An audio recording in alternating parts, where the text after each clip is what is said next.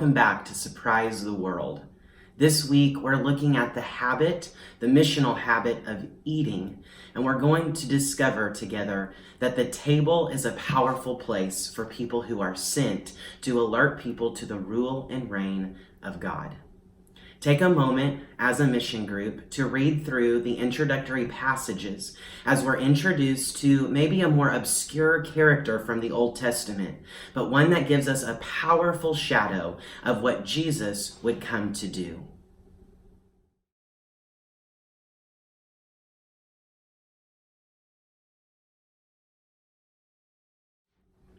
So we've taken a look and we've learned about Jonathan's relative Mephibosheth, and how King David becomes a foreshadowing of what Jesus will do for us.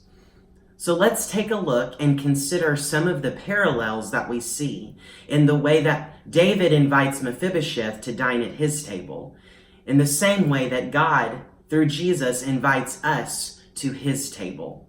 You can fill out the chart as we go along today to help you visualize this beautiful picture of God's grace found in the Old Testament. First of all, we recognize that Mephibosheth once enjoyed uninterrupted fellowship with a king. He was a part of King Saul's house. He sat in the court and enjoyed all the privileges of royalty. You know, we were designed to know this kind of uninterrupted fellowship with a king, with God.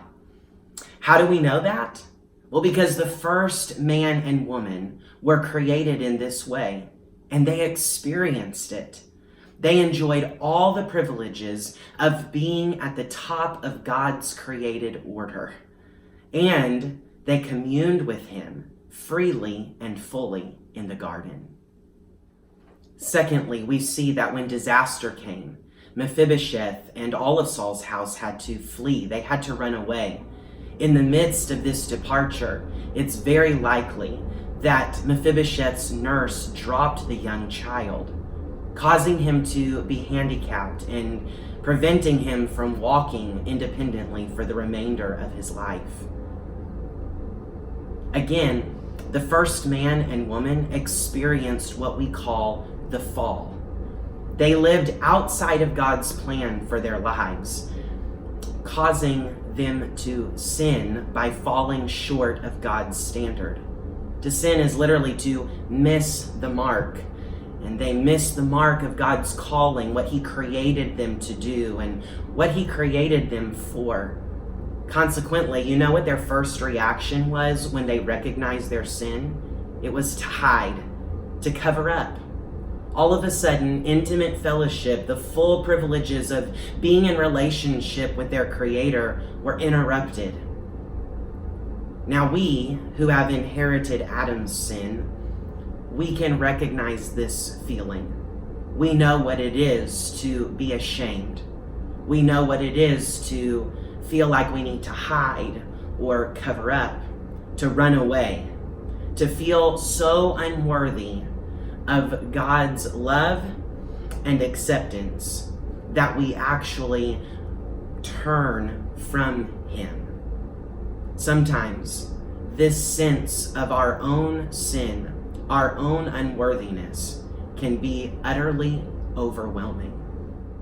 But then the story shifts because King David enters the picture and he honors his covenant. Out of sheer unmerited love, he shows kindness to Mephibosheth. In a similar way, God demonstrated his love for us in this. While we were far from him, he revealed himself to us, his heart to us, in the person of Jesus. And he paid a great price for our return. The covenant of God's love was honored, even when we were incapacitated from keeping up our end of the agreement. You see, in the same way that Mephibosheth deserved nothing legally or had nothing to offer the king, we were incapable of earning our way back into God's favor. But the king Jesus showed kindness in spite of these realities. How amazing to recognize that in our unworthiness, the Father finds us of enough value to come after us. There's another subtle picture that emerges in this text that we might miss if we're not careful. It says that when Mephibosheth fled, he was hiding out or living in a region of the land called Lo Debar, which literally translated means no pasture land. In other words, the existence that Mephibosheth was destined toward was in a place that was barren and infertile, incapable of producing life, incapable of any hope of productivity or plenty.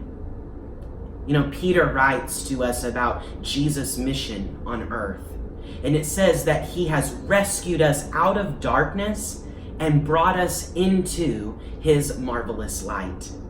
You see, by saving us and placing his Spirit in us, we are positionally moved, relocated, if you will, from a hopeless, barren, spiritually dead existence to an eternally hope-filled, abundant life.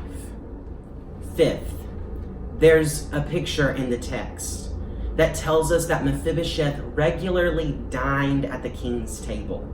This is a picture of the king adopting Mephibosheth into his family. The picture of sitting at the royal table, seated with all of David's sons and daughters. Mephibosheth is invited back into uninterrupted fellowship with all of the privileges of royalty. There's a picture of adoption here, and we have a similar picture that is given to us. Jesus even literally invites us regularly to his table.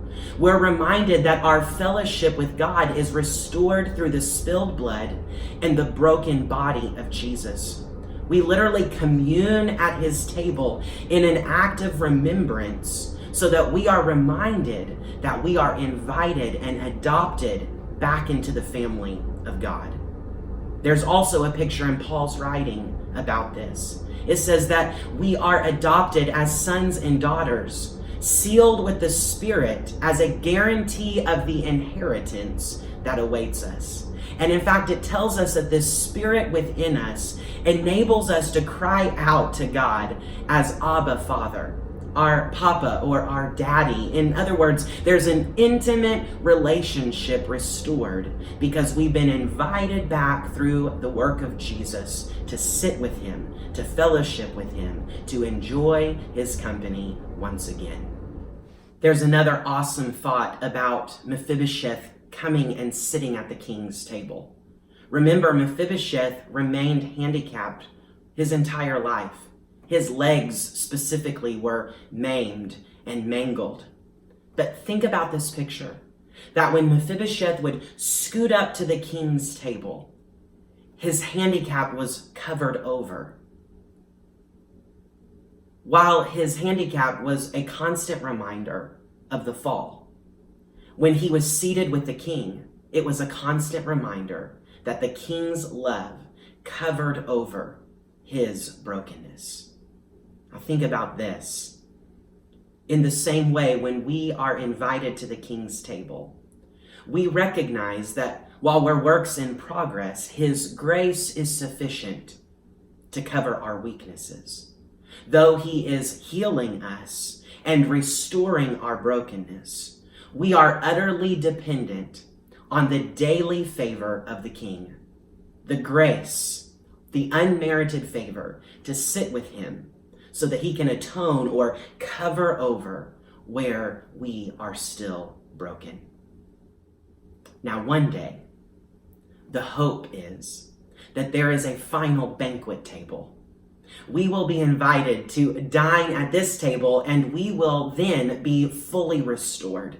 We will be made whole and complete, totally healed from any of our insufficiencies and brokenness and sin and waywardness. And you see, the beauty of that table is that it is an eternal celebration.